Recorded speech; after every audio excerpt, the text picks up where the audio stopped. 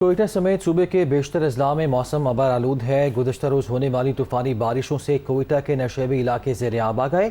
दर्जनों कच्चे मकानात को नुकसान भी पहुंचा है। ज़ेर-ए-आब के इलाके में छत गिरने, पानी में बह जाने और दीवारें मुनहदिम होने के वाक़यात में 7 अफराद जाँ बहक हुए। इसी हवाले से मज़ीद तफ़सीलात जानते हैं नुमाइंदा दुनिया न्यूज़ अक्सा मीर से।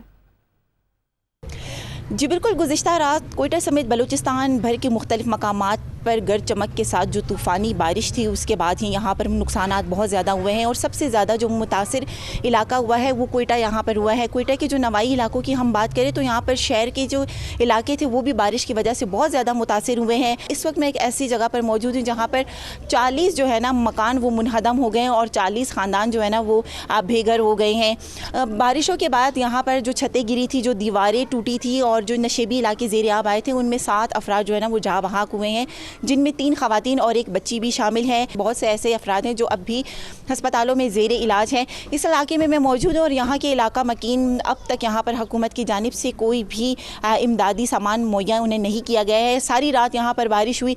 हम लोगों से पूछते हैं कि इतनी ज़्यादा बारिश थी, किस तरह से रात गुजारी? सर्दी भी बहुत ज़्यादा थी और बच्चे भी यहाँ पर हैं। अभी सारी रात हम लोगों ने अल्लाह जाने किस तरह गुजारा किया है और हम लोगों के माल मवेशी थे ये सारे लेके गया और ये घरों का इतना नुकसान हो गया हम लोगों का कि ये सारे बह गए पानी में। महकमे मौसमियात के मुताबिक मज़ीद ये कहा जा रहा है कि कोयटा समेत बलूचिस्तान के जो बेशतर मकामात हैं वहाँ पर मज़ीद भी बारिश का इम्कान ज़ाहिर किया गया है। हुकूमत की जानिब से गरीब आवाम के लिए ये कहा जाता है कि इमदादी सामान यहाँ पर भेजा जाएगा, उनकी मदद की जाएगी। अब तक ऐसी कोई सूरत हाल दिखाई नहीं दे रही है। लोग यहाँ पर परेशान हैं और खुले आसमान तले बैठे हुए हैं और हुकूमत की जानिब से इमदादी सामान आने का इंतज़ार कर रहे हैं। जी।